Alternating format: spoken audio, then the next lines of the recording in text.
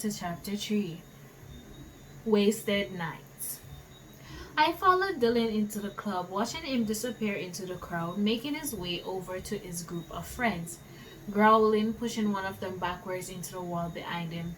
I averted my eyes, knowing my arousal was rising, watching my mate in the state and his testosterone within through the air, making me shiver.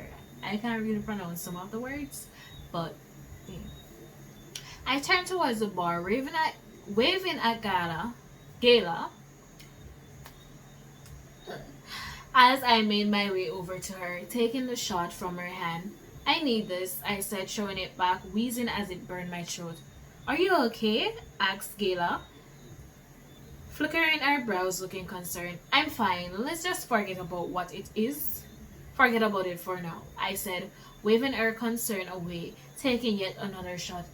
If you say so, replied Gala, asking the bartender for more drinks. I cranked my neck slightly, looking over at Dylan in the corner, who was watching me carefully, shaking his head and mumbling to himself when he saw the bartender pass over a tray of more shots. I quickly averted my attention to Gala.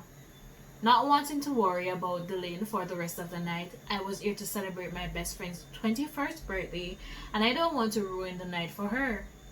After a few more shots each, Gala pulled me onto the dance floor, running her hands through her blonde hair as she moved to the music, pulling me in for a hug as we laughed, almost tumbling over onto a girl next to us. I love you, yelled Gala, waving her hands up in the air. I love you, I screamed back, jumping up and down to the beat of the music. The rest of the night was a blur, filled with drinking, dancing, and taking shots. Gala continued to order drinks after drinks, determined to try every cocktail on the menu. They tasted like juice, and I was easily able to down them in one chunk. Quickly moving on to the next. We had definitely taken it too far. Clara! Clara! Can you hear me? A voice called, causing me to ground, roll over. We need to get her up. She might choke on her vomit, another concerned voice said. I opened my eyes slightly, wiping at my face as the blurred vision became clear. I glanced up to see Gala and Dylan looking down at me, their face masked with worries. Clara, you need to stand up, ordered Dylan, gently grabbing me, placing one hand at the small of my neck and one on my waist, helping me to my feet. Dylan looked into my eyes, his brow flickered. How do you feel? I swallowed, shaking my head. What the hell is happening? I asked, confused as to how we all get outside the club and how I ended up on the floor. You're hammered, Clara. You need to go home, replied Dylan, holding me tightly by the waist as I attempted to kneel down, a wave of nausea rushing over me. Nope, Clara, you can't sit down. I feel sick, I wheezed, clutching at my stomach. Dylan ran his hand through his dark hair in agonies. Okay, come over here, away from everyone. I was led around the corner and I leaned my hand against the wall as I emptied the contents of my stomach onto the ground. Dylan holding my long brown hair out of the way, one hand resting on my back. I'm sorry, I mumbled, wiping at my mouth as I turned to a blurry Dylan, his mouth set in a firm line. You're hungry? You're angry? I stated, signing. It's not nice seeing your mate like this, so yes, Clara, I'm hungry. I am angry, he mumbled, shaking his head. I just want to get you home. We can go home, murmured Gala as she rounded the corner, fumbling with her thumbs awkwardly. What do you mean you can't go home? Dylan asked, growling, his grip on me tightening. We were supposed to be staying at Claire's, but I can't take her home in this state. Her parents will kill me. They told me not to let her get too drunk. Mourned Gala. Can't you both stay at yours? Asked Dylan, causing Gala to shake her head frantically. My parents don't know I drink. They'd probably pretty much disown me. Dylan sighed, pinching the brim of his nose. Okay, fine. You'll have to just stay at mine. What? I mumbled, my eyes widening as I glanced at Dylan. Let's go to Heaton. Let's go. Ethan didn't drink. He can drive us home, ordered Dylan, dragging me along towards the car that was parked alongside the road. Wait a minute. We didn't even know you. We don't even know you. We can't just stay at yours, complained Gayla, running after us. Gayla, Clara is my mate. Do you seriously think I'm gonna let something happen to her? Growled Dylan, raising his eyebrows questioningly. His growl caused me to shiver, making Dylan look down at me, running his tongue along the front of his teeth in frustration, shaking his head. No, I know, but I'm worried about her. She's never been this strong before, replied Gayla nervously, not wanting to question Dylan. Dylan rolled his eyes, turning away leading me towards Ethan's car. Are you going to be sick again?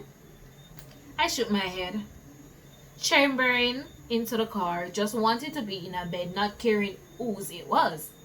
Gayla climbed in after me, biting her lip nervously as she watched me sway from side to side in my seat, patting me on the leg comfortingly. Dylan got in, shutting the door behind him, nagging at my seatbelt, signaling Gayla to do it up for me. As the car started moving, another wave of nausea set in, but I pushed it down, not wanting to make a mess of the car and myself. My dress is falling off, I mumbled, pulling at the straps of my little black dress that were now hanging off my shoulder, revealing my breasts a little too much. Dylan noticed my struggle, huffing to himself before taking the straps in his hands, setting them back on my shoulder, is soft and smoothing my pale skin, sending tingles dancing across it. I shivered, smiling to myself as Dylan studied me, scratching at his slumber. I turned my head, leaning it against the cold window, enjoying the feeling as I watched the world go past. The feeling of the car speedily whipping across the corners, making me feel dizzy, drifting in and out of consciousness.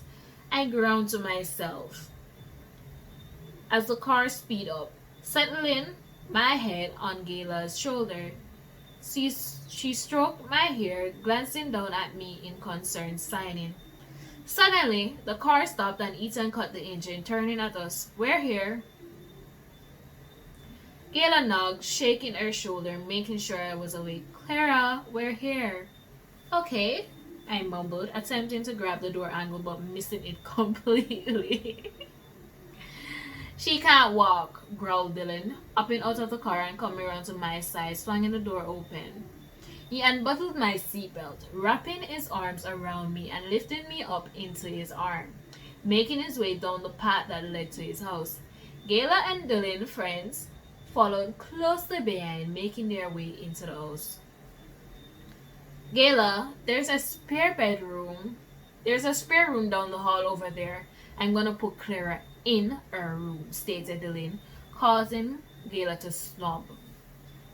Clara and I should sleep together, she said, folding her arms across her chest. None of the spare rooms have double beds, so unless you're happy sleeping on the floor, I suggest you sleep in separate rooms, growled Dylan, his grip on me tightening as I groaned, just wanting to be asleep. Where am I sleeping? I slumped, looking deeply into Dylan's ocean blue eyes. In the spare room next to mine, he replied, turning and making his way up the stairs, his muscular arms carrying me as if I weighed nothing. I can walk, I wheezed, attempting to wiggle around out of Dylan's grip, but he held me tighter, ensuring I couldn't escape. No, Clara, you can't. Dylan pushed the door of the spare room open, settling me down on the bed, causing a wave of relief to rush through me as I sighed in bliss, enjoying the feeling of the soft, silky sheets. Your dress is covered in vomit. Put this on. I pushed myself into a sitting position, the room spinning around as Dylan held out his pale blue dress shirt for me, raising his eyebrows. I stared at his bare chest, my lips parted as I looked in my beautiful mate. As I took in my beautiful mate, its godly frame like a statue in front of me, not seeming real. Are you gonna put it on, or do I need to get Gayla up here to do it? Asked Dylan, causing me to break out of my daydream, taking the shirt from his hand. I slid off the bed slowly, letting it take most of my weight so I didn't fall over. I started to slip the strap of my black dress off, causing Dylan to clear his throat awkwardly, turning around to allow me to get dressed without his watchful eyes. Once I had the shirt on, I tossed my dress to the side of the room and Dylan turned around, his shirtless chest almost glistening in the moonlight. Dylan took in my appearance, chuckling at himself as he knocked towards the bottom of his shirt that were done up very incorrectly, causing the shirt to rise higher than intended. Dylan swallowed, looking me up and down before dropping his glance, gesturing towards a small single bed. You should get some sleep. I'm next door if you need anything. And Gayla is just downstairs. The bathroom is the room opposite if you need it. I knocked awkwardly, slipping into the bed sheets and resting my head on the soft pillow, nesting down and closing my eyes as Dylan exited the room, shutting the door behind him, sending the room into complete darkness. Well, it hasn't been. I don't know what to say. It's getting there, right? It's getting there. And I mean, he does feel a way when he talks to her, or the further we go, the more excited the book gets. Anyways, guys, don't forget to like, comment, share, subscribe, and click that post notification bell, and also get notified each time that I post a video. Now, I want to sleep. So, peace out.